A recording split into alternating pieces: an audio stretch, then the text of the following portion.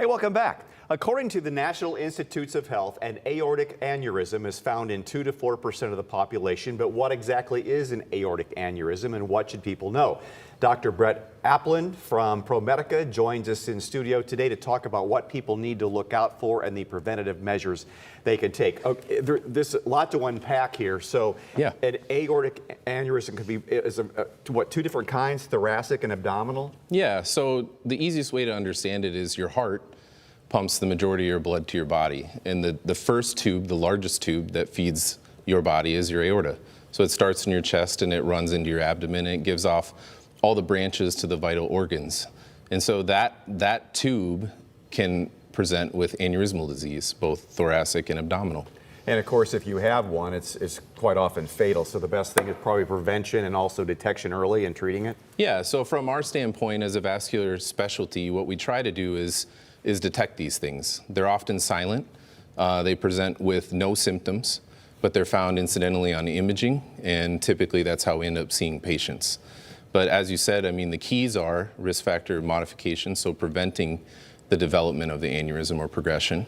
So no symptoms at all. That's kind of scary, isn't it? So everybody may be walking around with potential for that, and all of a sudden, boom. So what are some solutions for that? Yeah, so I mean, the biggest solution is figuring out when you should be screened, right? So screening is a key to reducing mortality, and that typically happens in someone who's 65, someone with a smoking history, or someone with a first-degree relative that has a history of an aneurysm. So at least it's a record of a track record of people that might be more susceptible to that. There's some way of tracking if you're a higher likelihood of it. Exactly, and we try to push that. At Jobs Vascular, we offer that free screening at that age.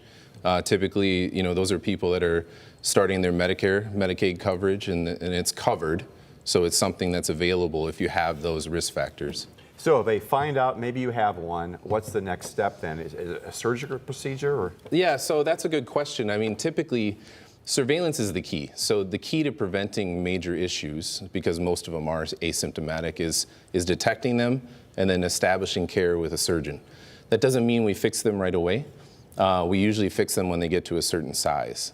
And that varies a little bit between males and females, but it's usually about 5.5 centimeters. So you mentioned smoking is a factor. I see high blood pressure, high cholesterol, a number of, and of course family history also. So I guess a lot of these things we can regulate ourselves. If you're in relatively good health, it helps your chances of A, surviving, and B, preventing. Yeah, so I mean the key is, you know, these are discussions with your primary care provider that, you know, they help you with this, managing these risk factors long term.